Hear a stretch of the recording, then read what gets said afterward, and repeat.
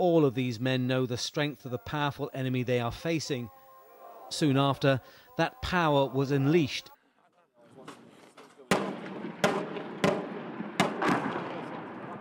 In prolonged artillery and mortar barrages.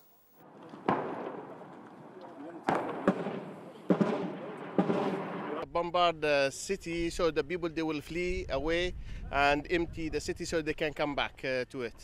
It's very, very critical city, very, very important location. Unrelenting volleys of shells struck around Ras Lanuf, which the rebels have held for just over a week, but not for much longer. Convoys of machine gun-mounted vehicles fled. There was panic and confusion, and the shells continued to fall. The barrages are quite intensive now. Something like 15, 20 shells are going every few minutes. There seems to be a strategy here to try and hit the road to the east of the town and stop reinforcements coming in or people escaping. From the skies, the aerial threat was directed at the centre of the opposition build-up in the centre of town. Bombs at Sim dropping. Sim dropping.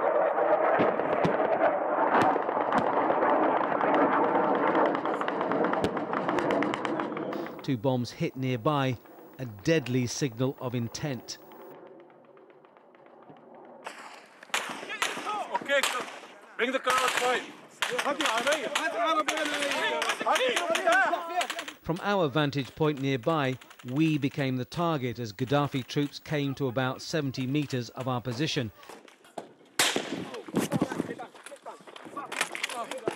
And sprayed our vehicle with bullets.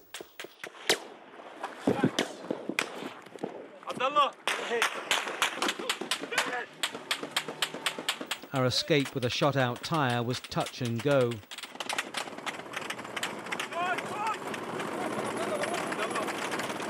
Ras Lanuf was hit by a two-pronged ground attack from Gaddafi troops laying down blanket fire. Many rebels were killed. Plenty people is dead inside. Plenty. I don't know number, but I think number is up. Hospital is bombed. The retreating makeshift rebel army withdrew to lick its wounds and mourn its dead. Where is the European Union? Where are the Muslims? They're killing us and Gaddafi's finishing us off. All the youth have been killed and everything's been blown up. A lot of people have died.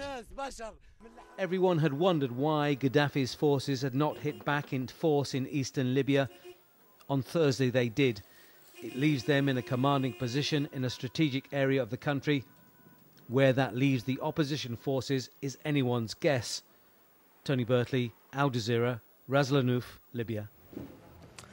Well, Muammar Gaddafi's son has warned of an all-out assault to crush opposition fighters, saying the regime will never surrender. It's time for action. We are moving now. This is our country. We will never, ever give up. And we will never, ever surrender. This is our country. We fight here in Libya. We die here in Libya. And the Libyan people, they will never, ever welcome the NATO. We will never, ever welcome the Americans here. If they want to support the militia, do it. But I will tell you from now, you're going to lose. We will win.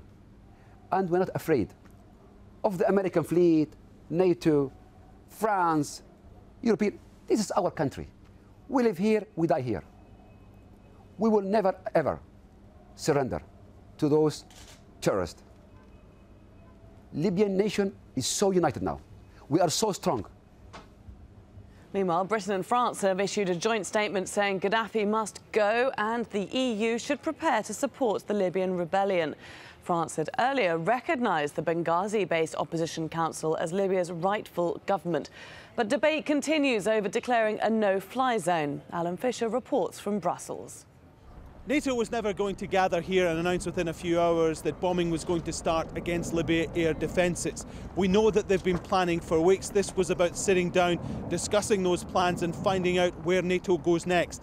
What became increasingly clear is that NATO will only take action if there's concerted international opinion to back them up and if the United Nations gives a green light on the legal front. More talk, some action. NATO is putting more ships near Libya, helping humanitarian efforts, but a no-fly zone, not at the moment. We need a clear legal basis. I assume that will be a clear UN mandate. But I take note of the fact that the current UN Security Resolution 1970 does not authorize the use of armed forces.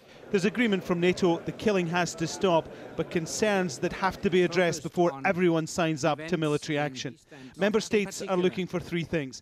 Evidence action is needed, a clear legal go-ahead for military operations, and political support from the African Union and the Arab League. I will not embark on definitions, whether it's a civil war or not. What we can see is that it is an armed upheaval. There is fighting. There is, of course, also the risk of division within the country, and the risk of seeing a failed state in the future that could be the breeding ground for extremism and terrorism. NATO is best placed to carry out any operation which would cripple Muammar Gaddafi's air defences and air force. But the politicians at this stage are more concerned about political cover rather than air cover. They want widespread international agreement on any future action so that this cannot be painted as Western military aggression against an Arab nation. Many countries around the table believe there should be a no-fly zone, but want a UN green light before anything happens. It is necessary to have the mandate from the Security Council, and without that mandate, the Euro-Atlantic community will not do anything, shouldn't do anything. NATO insists more planning is needed if a no-fly zone is required. But what must come first? The political will from the entire international community before any military action targets Libya and Libyans. The NATO Secretary-General said it was inconceivable that the international community would stand idly by while the killing continued in Libya. What NATO has now done is said to the United Nations, if something is to be done about this quickly, you have to make the decision, you have to give the go-ahead. They say that it could take 2 to 3 days for a no-fly zone to be set up around Libya. But first, the politicians have to give the go-ahead.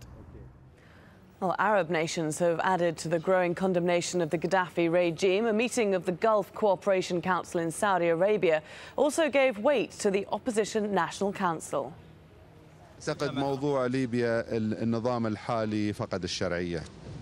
When it comes to Libya, I think the regime has lost its legitimacy. We support the no-fly zone. We also support contact with the National Council in Libya. It is time to discuss the situation with them, and the Security Council should shoulder its responsibility. It is important to impose the no-fly zone. The GCC already announced this, but I think there should be international support. Well, the US Secretary of State has also helped boost the cause of the Libyan opposition. Hillary Clinton says she'll meet with its representatives in Washington and when she travels to Egypt and Tunisia next week. Now in Libya at the same time,